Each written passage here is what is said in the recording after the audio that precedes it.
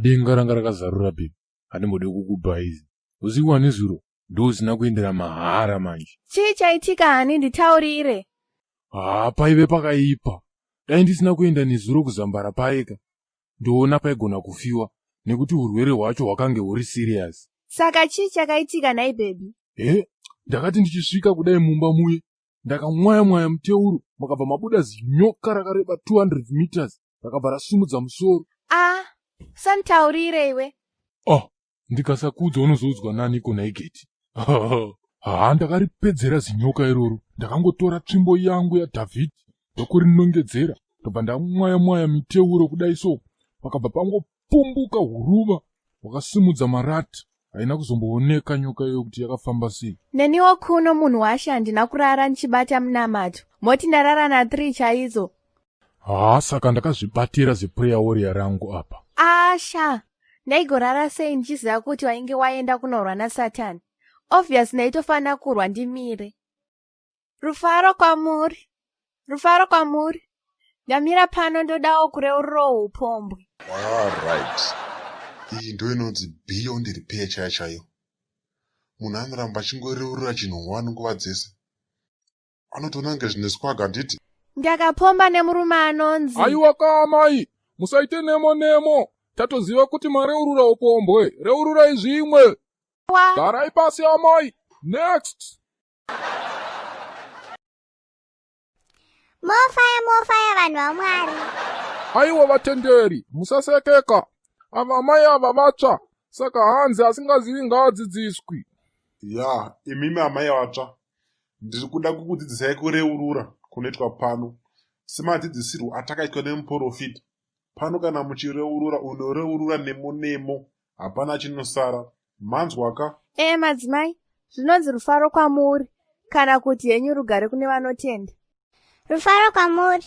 Ndamirawo pano paso yokuti ndireurure zvandotadzira Mwari wangu. Inini ndoda kureururawo kuti nezuro ndakapomba nababa wakaenzana nababa vangu.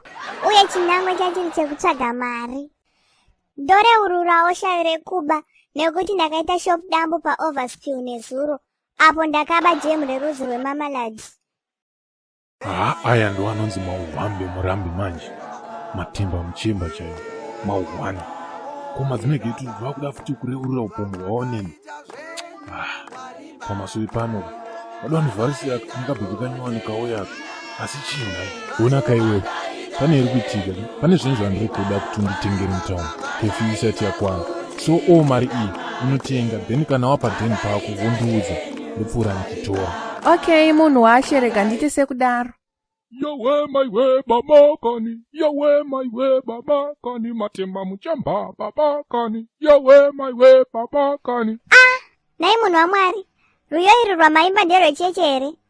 Amai rwendo rwedenga hapana chinonzi ichi chinoita ichi hachiti. Kutongoimba zvinoenderana nenguva. Seipapa ndaimba zvemahwani nepamusana pekuti amai muri parumana nzombe, amai ndaona vine stage mukati merima, eri tatata. Ndarasvika munhu waMwari, munorevekana muchidaro. Glamastachi projuki pojueki pojueka yokeja glastenzi betloji privi, eri tatata. Amai ndaona makatakurwa neshavere kwa ambuya kwaiveko kazvarwa ambuya vaambuya vakabereka ambuya venyu. Madzibaba, apa makutondiudza isu tisina kana basa neni apa. Ndatongoinga pano kuti kana muchida tsvaraka denge yakaita seni iyi, ndipei 10 US totobaya izvezvi. Satani, pasowera Dhavhidhi. Ibva pano iwe. Zvaunorana nageti unodii kumuti Satani. Usaite dzungu iwe. Ndovaudza vanhu vese pasowe rino kuti hausi mutsvene iwe, dammit. Okay. Chifanofamba katiende uteni kwangu. Asi bhawakaoma rasta. Ndasaziva kuti unotambisa chino kudaro kana. Hasha, sandizvo zvandafambira panapa.